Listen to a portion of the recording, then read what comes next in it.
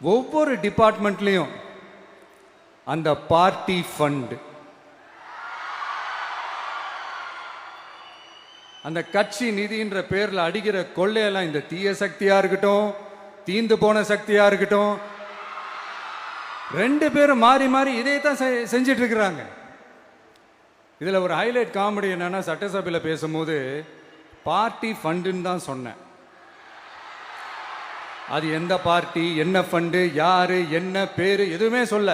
Party ஃபண்டுன்னு சொன்னவனை எடுத்தாங்க பாருங்க ஒரு ஓட்டம்.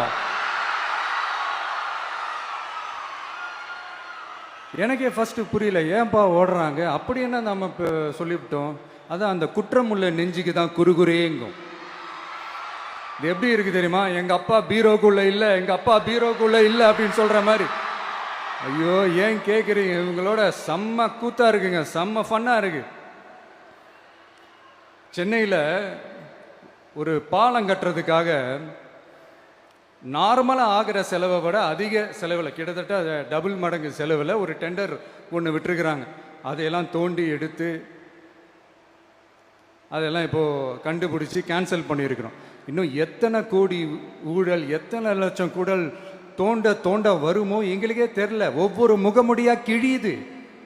ஐயோ இந்த விஜய் ஒவ்வொரு கதையாக எடுத்து வெளியில் விட்டுருவான் போலின்ட்டு திரும்புகிற பக்கம்லாம் கதறல் கதறல் கதறல், காதலேருந்து ரத்தம் வராத குறை. ஆமாம், இப்படி ஊழல்லே ஊறி போனவங்க இப்படி தான் இருப்பாங்க. இந்த 50-55 நாட்களில் அங்கே செஞ்ச சில விஷயங்கள்லாம் சட்டசபையிலே எடுத்து சொன்னேன். பட் இங்கே ஒரு சில விஷயங்கள் சொல்லணும்னு நினைக்கிறேன்.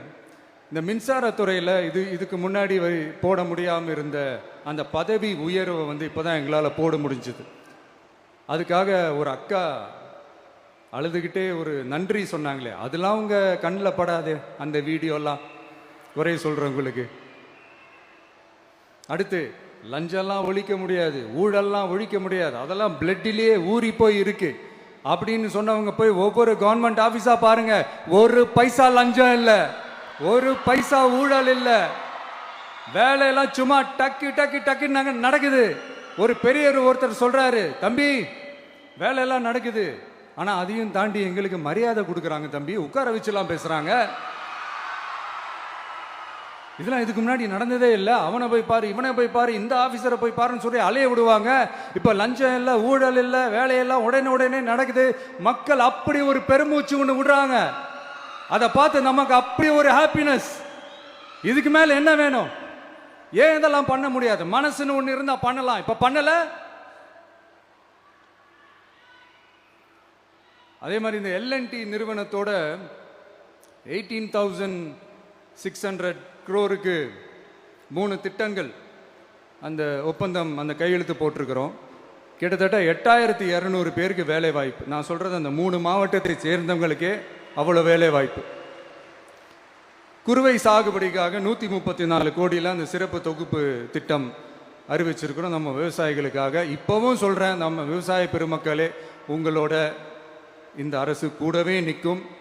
பெண்கள் பாதுகாப்புக்காக சிங்கப்பெண் அதிரடி படை, அது உங்களுக்கு நல்லா முன்னாடியே தெரியும். வரப்போற அறிஞர் அண்ணா அவர்களுடைய பிறந்த நாளில் உங்க அண்ணனுடைய அரசுல தாய் மாமன் தங்க மோதிர திட்டம் அறிவிக்கப்படும். இதெல்லாம் கேட்டாங்களே, வாக்குறுதி கொடுத்தீங்களே, என்னாச்சு என்னாச்சுன்னு. இந்த தீய சக்தி மாதிரி ரியல் தாய் மாமன்லாம் கிடையாது, ரியல் தாய் மாமன். எப்படி ரியல் தாய் மாமன்.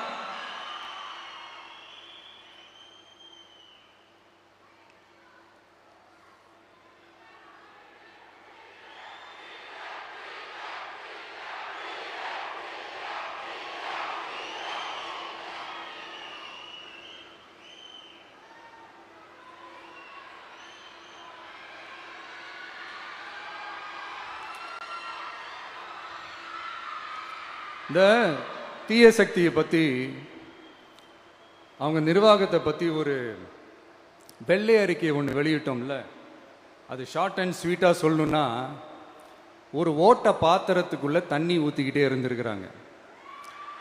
பாத்திரம் எம்டியாகவே இருந்திருக்கு, ஆனால் ஊற்றின தண்ணி தான் எங்கே போச்சுன்னு தெரில. கடவுளுக்கு தான் வெளிச்சம். அது மாதிரி இப்போ நம்ம சொன்னதெல்லாம் வந்து சும்மா ஒரு சாம்பிள் தான். இன்னும் வரப்போகிற நாட்களில் உங்கள் அரசனுடைய அந்த விஸ்வரூபத்தை நீங்கள் பார்ப்பீங்க. அடுத்து வாயத் தொடங்க சிஎம். அடாடா, உங்கள் சிஎம் நெஞ்சிலேயே குத்திட்டு வந்தீங்க பாருங்க, அதெல்லாம் வேற லெவல். பேசுங்க பேசுங்கன்றீங்க, பேசுனா எந்திரிச்சு ஓடிடுறீங்க.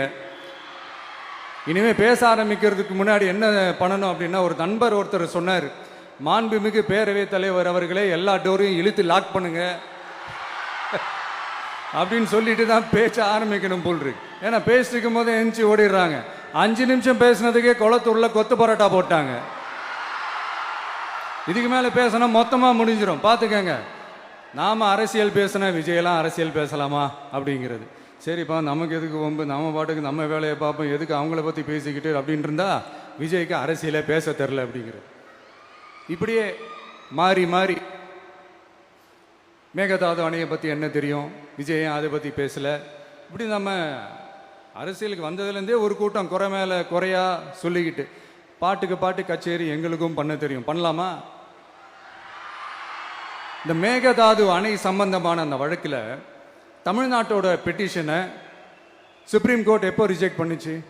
அப்போ யார் ஆட்சியில் இருந்தா? ஏன் ஒழுங்கா வாதாடல? நீங்கள் ஒழுங்கா வாதாடி இருந்தீங்கன்னா அதை ரிஜெக்ட் பண்ணியிருக்க மாட்டாங்கல்ல. ஏன் ஸ்டாலின் சார் வேணும்னே விட்டுட்டாரா? ஏன் இப்படிலாம் கேள்வி கேட்கலாமா?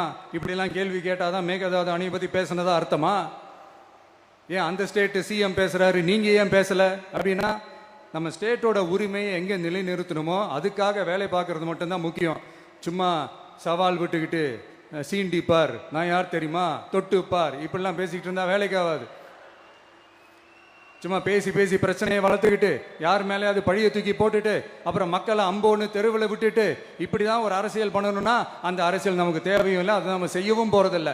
Talk less work more mode தான், அதுதான் நம்ம பாலிசியே. அதனால தான் சட்டசபையில் அந்த அரசினர் தீர்மானம்னு சொல்லி ஒன்று கொண்டு வந்தோம். அது எப்படி டு டேக் இட் ஃபார்வர்ட் எப்படி கொண்டு போகணுமோ அதை சரியாக செய்வோம்.